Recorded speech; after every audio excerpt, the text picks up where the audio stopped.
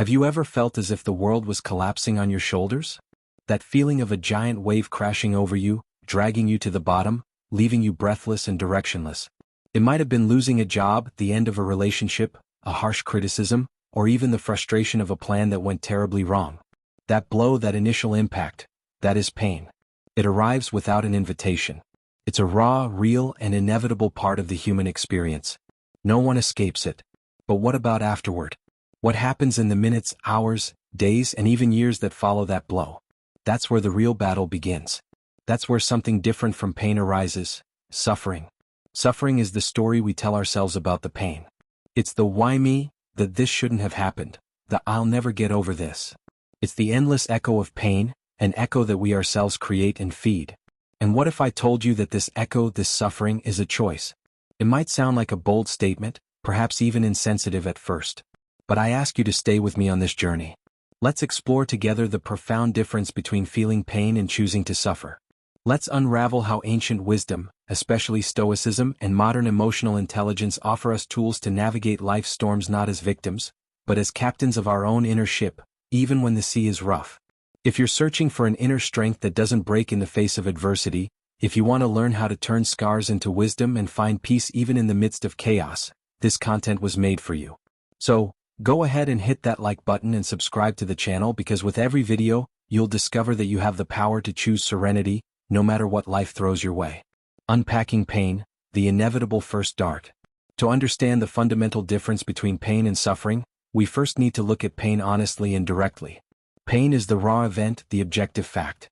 It's what Buddhist philosophers call the first dart.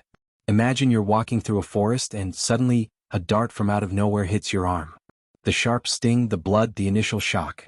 That is pain. You didn't choose it. It just happened. In life, these darts come in all shapes and sizes. The pain of a betrayal isn't just an idea. It manifests physically with a tightness in the chest, a lump in the throat. The pain of rejection from a job interview is the dry thud of the closing door, the generic email that says, "We appreciate your interest." The pain of losing someone we love is a physical emptiness, a silence that screams in the house. I remember a specific period in my life when I received devastating professional news. I had dedicated months to a project, investing not only time and energy but also hopes and dreams. And then, in a 15-minute meeting, it was all cancelled. That moment, the phrase, "the project is no longer moving forward," was the first dart. I felt a chill down my spine, a sense of freefall. That was pain. It was real, it was sharp, and it was completely out of my control. I couldn't turn back time and make the meeting not happen. I couldn't change the decision that was made by other people. The dart had already hit me. It is crucial to acknowledge and validate this initial pain.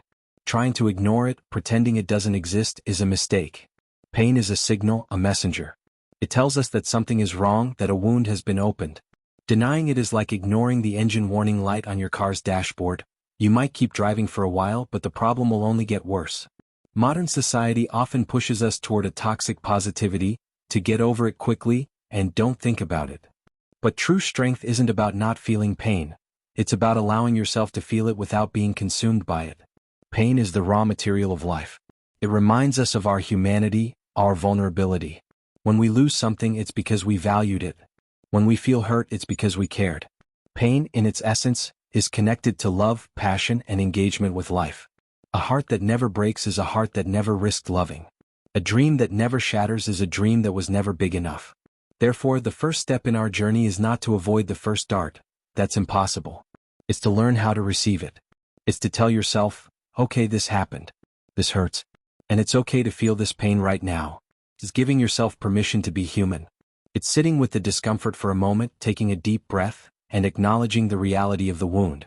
Only when we look at the first dart with clarity, without judgment, can we prepare for what comes next. And what comes next is what truly defines our peace of mind. The anatomy of suffering, the second dart we throw at ourselves. Now let's return to our forest analogy. The first dart has hit you. The pain is real. But what happens next? Most of the time, in an act of panic, anger, and confusion, we ourselves pick up a second dart and stab it into the same spot. The second dart is suffering. The second dart is not the event itself, but our interpretation of the event. It's the narrative we construct in our minds. It's the rumination, the judgment, the catastrophizing.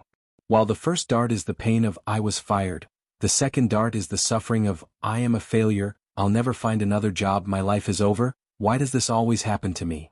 While the first dart is the pain of, my relationship ended, the second dart is the suffering of, I'm not good enough, no one will ever love me, I'm going to die alone. Going back to my story of the canceled project, the pain was the news itself. It lasted for those 15 minutes of the meeting and the initial shock that followed. The suffering, however, lasted for weeks. I threw the second dart at myself repeatedly. My mind became a courtroom where I was the prosecutor, the judge, and the defendant. I bombarded myself with thoughts like, I should have done more. If I had been more persuasive, this wouldn't have happened. I personalized the decision. They did this to hurt me. They don't value my work. I catastrophized the future. My entire career is at risk now. I've lost my big chance.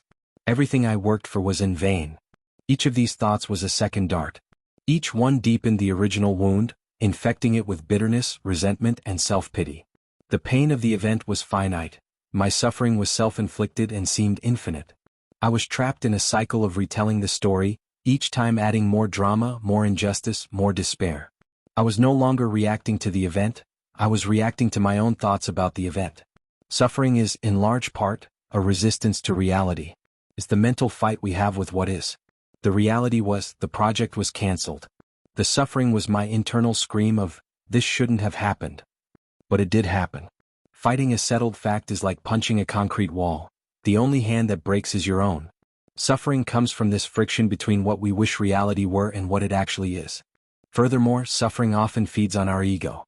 The ego loves a good victim story. It feels important being the protagonist of a tragedy. Look how wronged we were, it whispers. Look how hard life is on us. This narrative gives us a strange sense of identity and validation. But it's an identity built on quicksand. Living as a victim robs us of our power, our agency, our ability to respond to life constructively. Recognizing that suffering is optional doesn't mean we should become emotionless robots. It means we can become observers of our own minds. It means we can learn to see the thoughts that make up the second dart for what they are. Just thoughts, not absolute truth. It means we can learn to say, yes, the first dart hurt. But I refuse to injure myself again with the second. This refusal, this conscious choice, is the starting point for true emotional freedom. The sacred pause, the space between stimulus and response. If suffering is a second dart that we throw at ourselves, the obvious question is, how do we stop doing it? The answer lies in a simple but profoundly transformative concept: the pause. The psychiatrist and Holocaust survivor Viktor Frankl wrote one of the most powerful sentences about human freedom. Between stimulus and response there is a space. In that space is our power to choose our response. In our response lies our growth and our freedom. This sacred pause is the antidote to the second dart. The stimulus is the first dart, the painful event. The immediate, automatic, and conditioned reaction is to grab the second dart of suffering. The pause is the moment you notice your hand moving to grab that second dart and consciously decide not to. In practice, creating this space can seem impossible in the heat of the moment. Our emotional reactions are fast, almost instantaneous. Anger erupts, sadness floods, anxiety spikes. But with practice, we can expand this space from milliseconds to seconds, and from seconds to minutes. And in that space, magic happens. One of the most effective ways to create this pause is through conscious breathing. When the first dart hits, before you do or say anything, stop and breathe. Inhale deeply through your nose for a count of 4. Hold your breath for a count of 4. Exhale slowly through your mouth for a count of 6. Repeat this 3 or 4 times. What does this do? Physiologically, it activates our parasympathetic nervous system, the rest and digest system, which calms the body's fight or flight response. Psychologically, it breaks the cycle of automatic thoughts. It brings you back to the present moment, to your body, and out of the chaotic whirlwind of your mind. I started to practice this deliberately. When I received a stressful email at work, my automatic reaction was to reply immediately, with my emotions running high. I learned to stop. I would read the email, feel the sting of irritation, the first dart, and then close my laptop or step away from the screen. I would walk to the window, take a few deep breaths, and tell myself, okay, this is a stimulus. I don't have to respond right now. In that 5-minute space, the emotional charge would decrease dramatically. I could separate the fact, the client is requesting a last-minute change, from my story, he doesn't respect my time, this is going to ruin my weekend, how absurd. When I returned to reply, my response was calm, professional, and constructive, rather than reactive and defensive. Another technique to create the pause is naming. Instead of being swept away by an emotion, try to name it. Say to yourself, here is anger. I'm feeling anger right now. Or, this is anxiety. I feel my heart racing and my hands sweating. By naming the emotion, you create a separation between you, the observer, and the emotion, what is being observed. You are not the anger, you are the one who is feeling the anger. This small shift in perspective is monumental. It puts you in the driver's seat instead of being a passenger in the back of the runaway car of your emotions. This pause is not about suppressing or denying the emotion. On the contrary, it's about honoring it with your full attention, without letting it dictate your actions. In that space, you can ask yourself wiser questions. What is the most helpful response here? What is truly under my control? Will reacting with anger help me achieve my goal? It's in this space that wisdom has a chance to emerge. It's in this space that we trade optional suffering for a chosen response. And cultivating this space, through breath, naming, and mindfulness, is perhaps the most important skill we can develop for a life of balance and emotional maturity. The dichotomy of control, the Stoic pillar of serenity. Once we've created the pause, what do we do within that space? This is where the wisdom of Stoicism becomes an incredibly practical tool. Perhaps the most fundamental concept of Stoicism is the dichotomy of control, popularized by the philosopher Epictetus. He taught that in life, some things are within our control and others are not. What is within our control?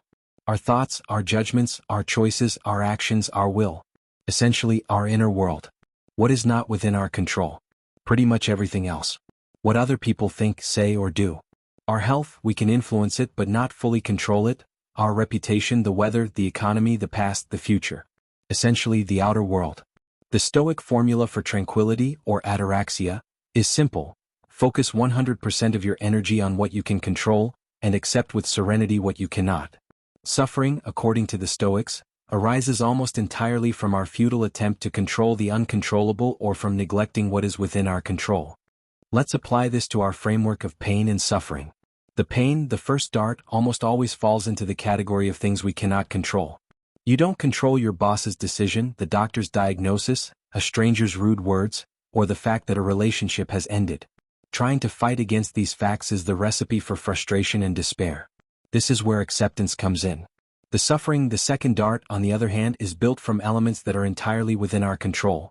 Our judgments about the event, the story we tell ourselves, the conclusions we draw. It's our interpretation that transforms the neutral event of "she broke up with me" into the painful conclusion of "I am unworthy of love." I had to learn this lesson the hard way. For a long time, I strived to control people's perception of me. I wanted everyone to like me, to think I was intelligent, competent, and pleasant. When I received criticism or sensed someone disliked me, it was a first dart that wounded me deeply. And then I would throw countless second darts at myself. What did I do wrong? I need to change who I am. I'm a fraud. I spent immense mental and emotional energy trying to manage others' opinions, something fundamentally uncontrollable. When I began to study and practice the dichotomy of control, it was as if a blindfold had been removed from my eyes. I realized I cannot control another person's thoughts. They are the result of their own experiences, biases, and state of mind, things completely outside my jurisdiction. What can I control? My intentions, my actions, the integrity with which I live. If I act with kindness and honesty, that's in my control. If despite that, someone decides they don't like me, that's in their control. This shift in focus was liberating. I stopped suffering over things I couldn't change. In a presentation, for example, I can't control whether the audience will love it or hate it. But I can control how much I prepare, the clarity of my message, and the passion with which I present. My focus shifted from the outcome, uncontrollable, to the process, controllable. Paradoxically, by doing this, my results even improved because my energy was no longer being wasted on anxiety and worry. The dichotomy of control is a compass for life. When faced with any painful situation, ask yourself the Stoic question: what in this situation is under my control and what is not? If you lost your job, you can't control the company's decision. But you can control how you update your resume, your attitude in interviews, the network you activate, and how you use this time to learn a new skill. If you're facing a health issue, you can't control the biology of the disease.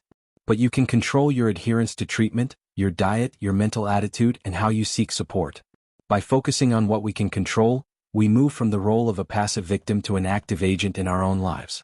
We stop being a leaf in the wind, blown about by external circumstances, and become the tree with deep roots in what we can govern: our character, our virtues, and our responses. This is the essence of turning pain into power, instead of letting it morph into suffering. The art of radical acceptance, saying yes to reality.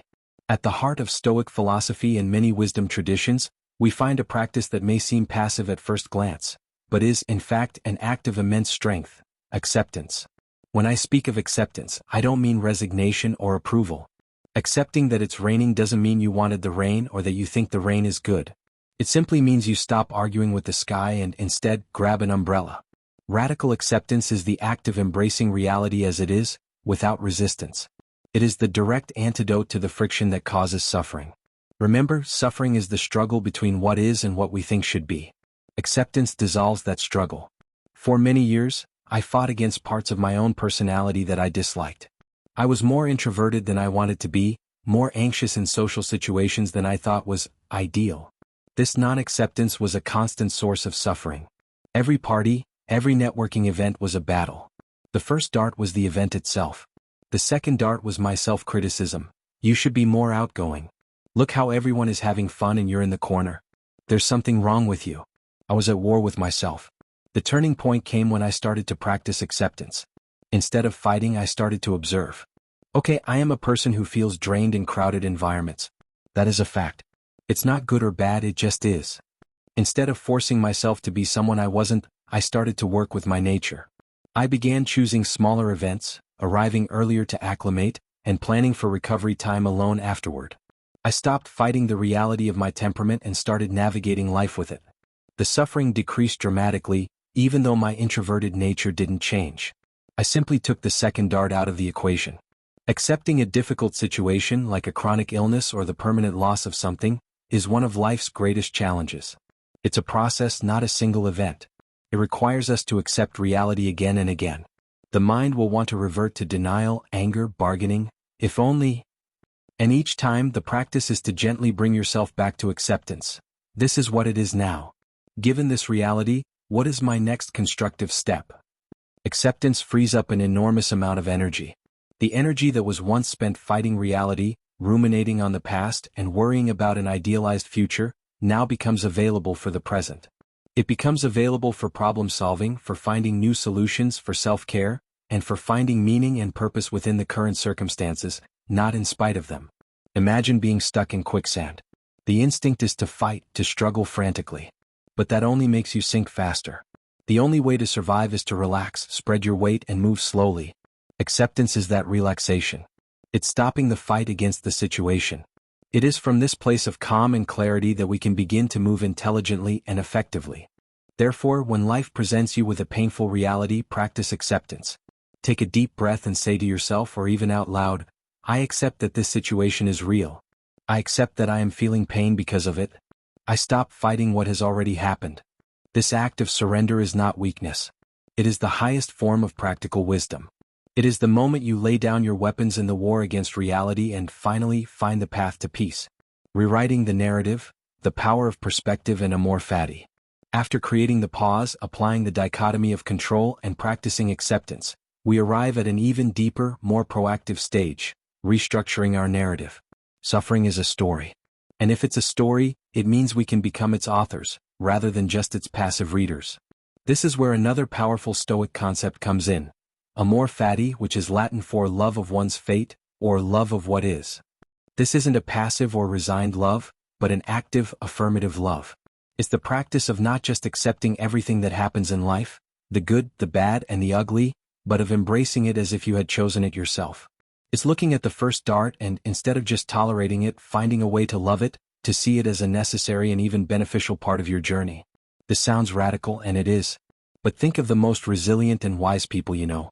They often look back at their greatest challenges and say things like, that was the worst thing that ever happened to me but also the best. I wouldn't be who I am today without it. That is amor fati in action. It is the alchemy of turning the lead of pain into the gold of wisdom. How can we do this in practice? It starts with a question, how can this serve me?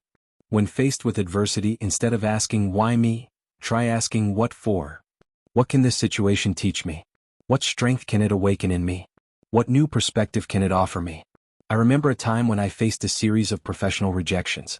Each no was a painful first start. My initial suffering was the narrative of, I'm not good enough. After wallowing in that story for a while, I decided to try and rewrite it. I started asking myself, what is the purpose of all these rejections? The answer didn't come immediately. But as I reflected, I realized the rejections were forcing me to refine my work in a way that easy success never would have. Each no compelled me to reevaluate, to study more, to be more creative. The rejections also taught me humility and resilience. Slowly, my narrative shifted from I am a failure to I am in an intense training process that is making me stronger and more skilled. I began to see the rejections not as a final verdict, but as valuable feedback. I began to practice a more fatty. Rewriting the narrative isn't about lying to yourself or engaging in naive optimism. It's about finding the most helpful and empowering interpretation of the facts. The facts remain the same. The pain of the no still existed. But the story I told about it changed completely, and with it, my suffering dissolved. Modern neuroscientists would call this cognitive reframing. By consciously changing our perspective, we literally rewire the neural pathways in our brain. We weaken the connections that lead to suffering, the second dart, and strengthen those that lead to resilience and growth. A powerful technique for this is journaling. Take a notebook and divide the page into 2 columns. In the first, write this suffering story, all the automatic, negative, and catastrophic thoughts that come to mind about a painful situation. Be honest and get it all out. In the second column, challenge yourself to write a power story or a growth narrative. Ask questions like, what's another way to see this? Where is the opportunity here? What lesson can I learn? How would someone I admire view this situation? This exercise doesn't erase the pain, but it shows you that suffering is just one version of the story, and that there are other, more empowering versions available to us. The choice of which story to inhabit is ours. And by repeatedly choosing the growth narrative, we not only avoid the second dart, but we transform the wound of the first dart into a source of strength and meaning. Practical tools to dissolve suffering in daily life. So far, we've explored the philosophical concepts behind choosing not to suffer. But philosophy is most useful when it becomes a daily practice. We need a toolkit, concrete actions we can use when pain knocks on our door. Here are some of the most effective tools I've learned to use in my own life. 1. The view from above, Plato's view. When you're feeling overwhelmed by a problem, practice this Stoic visualization exercise. Close your eyes. Imagine you are floating up out of your body, rising higher and higher. You see your room, then your house, your neighborhood. Keep rising. You see your city like a small map, then your country, the continent, until you see planet Earth as a small blue and white sphere floating in the vast, silent expanse of space. From up there, look down at the billions of people, each with their own struggles, joys, and pains. Now try to locate your specific problem in this vast panorama. It doesn't disappear, but its magnitude changes drastically. It becomes one tiny part of an immensely larger tapestry. This shift in scale helps to diminish the intensity of suffering and put things in perspective. 2. The second dart journal. Keep a small notebook or a note on your phone. Whenever you feel bad, irritated, sad, anxious, stop for a moment and write down 2 things. First, what happened? The first dart. Describe the fact as objectively as possible, as a security camera would have recorded it. E.g., my friend canceled our meeting at the last minute. Second, what is my story about it? The second dart. Write down the thoughts and judgments running through your head. E.g., he doesn't care about me. I'm always the last priority. No one values me. Just the act of separating the fact from the story is incredibly powerful. Over time, you'll start to recognize your patterns of suffering and catch them in the act, before they gain momentum. 3. Premeditatio malorum, the premeditation of evils. This is a counterintuitive but effective Stoic practice. Instead of waiting for things to go wrong, set aside some time in the morning to contemplate what could go wrong during the day. Your flight might be delayed. You might receive criticism at work. Someone might cut you off in traffic. The goal isn't to be pessimistic, but to emotionally prepare yourself. By visualizing these first darts in advance, you lessen their shock and impact if they actually happen. You will have already thought, okay, if this happens, it's not the end of the world. I'll take a deep breath and focus on what I can control. It's like a mental rehearsal that makes you less reactive and more resilient. 4. Gratitude as an antidote. Suffering often puts us in a state of tunnel vision, where we can only see what's wrong, what's missing, what's been lost. Gratitude is the antidote that widens our field of view. When pain strikes, force yourself to find 3 things, however small, that you are grateful for in that exact moment. It could be the roof over your head, the warm cup of coffee in your hands, the fact that you are breathing. Gratitude doesn't deny the pain, but it contextualizes it. It reminds you that even in the midst of difficulty, there are still good things in your life. This practice breaks the monopoly that suffering tries to have on your attention. 5. Move your body. Sometimes the best way to change a mental state is to change your physical state. Suffering makes us want to shrink, to be still, to close ourselves off. Act in the opposite direction. Stand up. Stretch. Go for a brisk walk, even if it's just for 5 minutes. Put on some music and dance. The change in physiology sends powerful signals to the brain. Movement releases endorphins, which are natural painkillers and mood enhancers. Often, a problem that seemed insurmountable while we were sitting in a dark chair seems much more manageable after a walk in the sun. These are just a few tools. The important thing is to find the ones that work for you and practice them consistently, not just when you're in crisis but on the good days too. That way, when the inevitable pain of life arrives, your toolkit will be ready and within reach, allowing you to navigate the storm with skill, grace, and above all, the freedom from suffering. Emotional maturity as the fruit of this practice. Throughout this journey, we've explored the distinction between pain and suffering, and the tools to choose the latter. But what is the end result of all this practice? What do we gain by becoming masters of not throwing the second dart at ourselves? The result is emotional maturity. Emotional maturity has nothing to do with age. We know young people with an ancient wisdom and elderly people who still react to life with the tantrum of a child. Emotional maturity is the ability to take full responsibility for our own inner state. It's the deep understanding that while we cannot control the world, we can always control our response to it. An emotionally mature person is not someone who doesn't feel pain. On the contrary, they have a great capacity to feel, to be empathetic, to connect with their own vulnerability and that of others. The difference is that they don't become a hostage to their emotions. They feel the anger but are not controlled by it. They feel the sadness but do not drown in it. They feel the fear but are not paralyzed by it. They have developed that sacred space of Viktor Frankl and have learned to inhabit it. Emotional maturity manifests in various ways. It's the ability to listen to criticism without getting defensive, extracting what is useful and discarding the rest. It's the ability to go through a breakup with dignity, feeling the pain of loss without surrendering to narratives of self-deprecation. It's the strength to face a failure, learn the lesson, and start again without the weight of shame.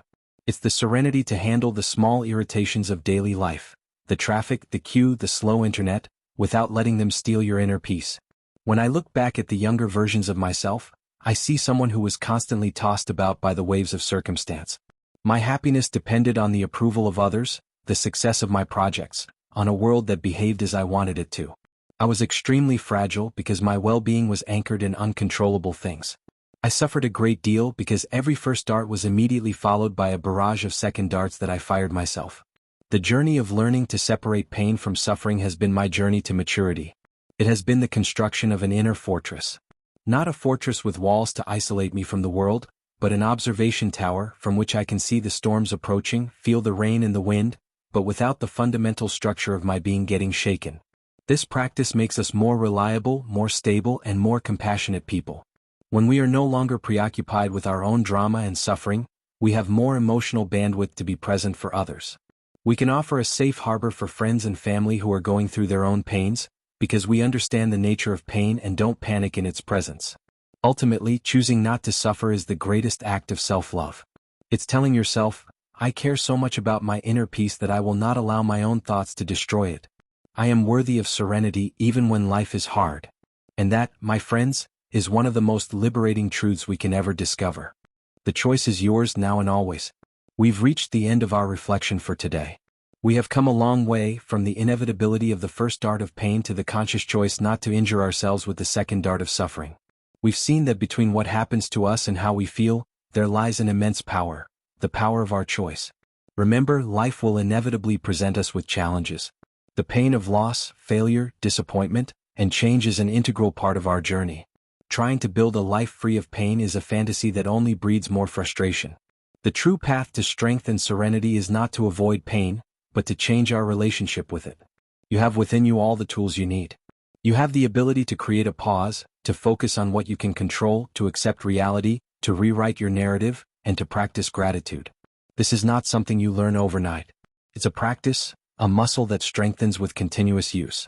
There will be days when you catch yourself throwing the second dart. And that's okay. In those moments, the practice is not to blame yourself, but to simply notice, breathe, and begin again, with kindness and self-compassion. So, I leave you with a question to take into your life. When the next pain arises, the next challenge, the next first dart, what choice will you make? Will you react on autopilot, grabbing the second dart of suffering? Or will you pause, breathe, and use the space that exists to choose a response of wisdom, strength, and growth? Pain is a fact. Suffering is a story.